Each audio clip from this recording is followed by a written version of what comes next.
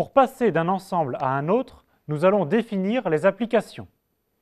Puis nous verrons deux concepts, l'image directe et l'image réciproque.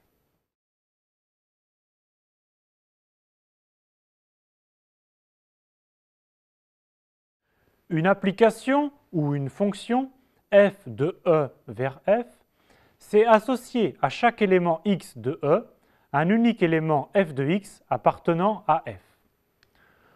Nous représenterons les applications par deux types d'illustrations. Tout d'abord, à l'aide de patates. L'ensemble de départ et celui d'arrivée est schématisé par un ovale.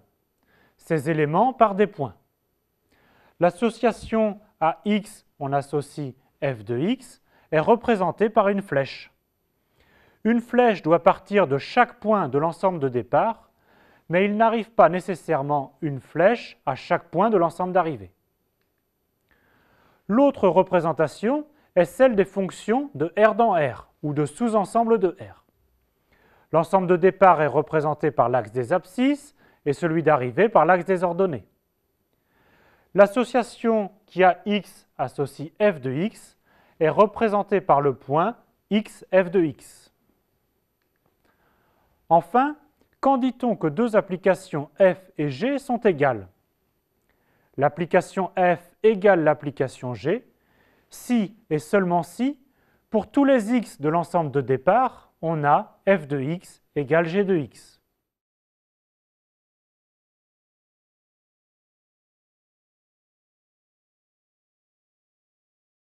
Le graphe d'une application f est l'ensemble des couples x f de x. C'est un sous-ensemble du produit cartésien E croix f. Dans le cas des fonctions de R dans R, vous connaissez bien cette notion. Si f est une application de E vers f et g une application de f vers g, alors on définit une troisième application, g rond f, qui va de E vers g. Cette application est définie par la formule g rond f de x est égal à g de f de x.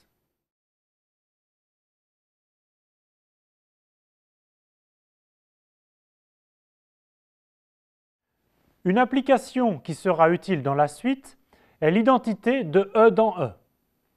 Elle est simple à définir. À x, on associe x lui-même. Autre exemple, définissons deux fonctions. Une fonction f définie par 1 sur x et une fonction g définie par x moins 1 sur x plus 1. Remarquez que l'ensemble d'arrivée de f est le même que l'ensemble de départ de g. Donc on peut composer f et g.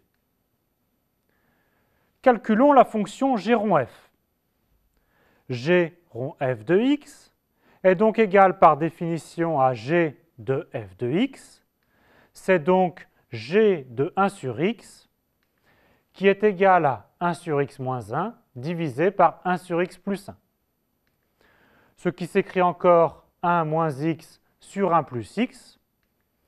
Et sur cet exemple particulier, on trouve que g rond f de x est égal à moins g de x.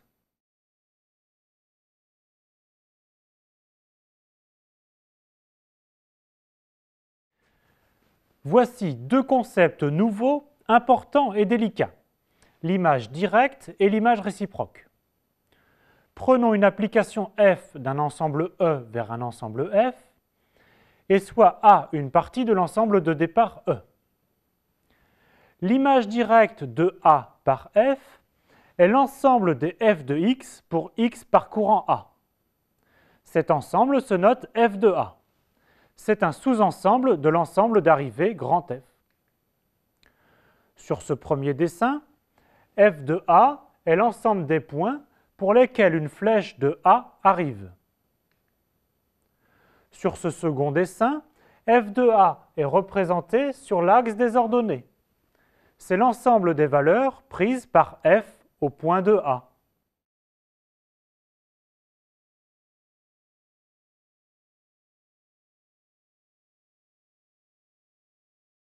Reprenons notre application f de E vers f.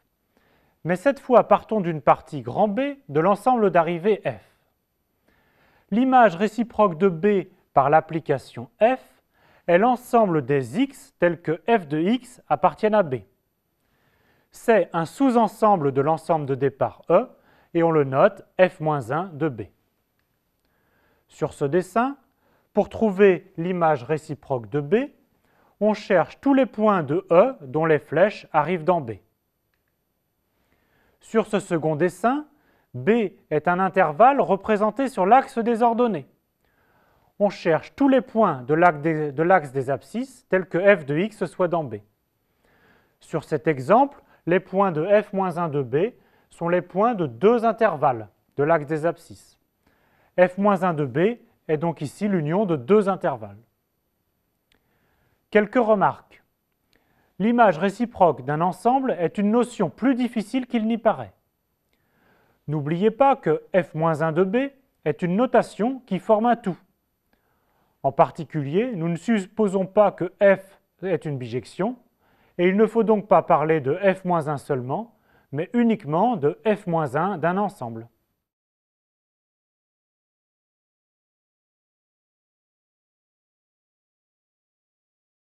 Dernière notion, les antécédents. Fixons y un élément de f. Tout élément x de E tel que f de x est égal à y s'appelle un antécédent de y.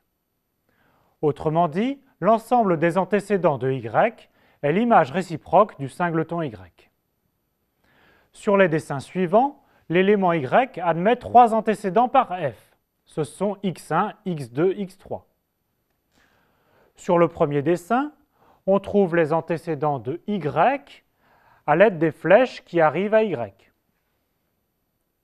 Sur le second dessin, on trace la droite horizontale qui passe par y. Cette droite coupe le graphe de f au point d'abscisse x1, x2, x3.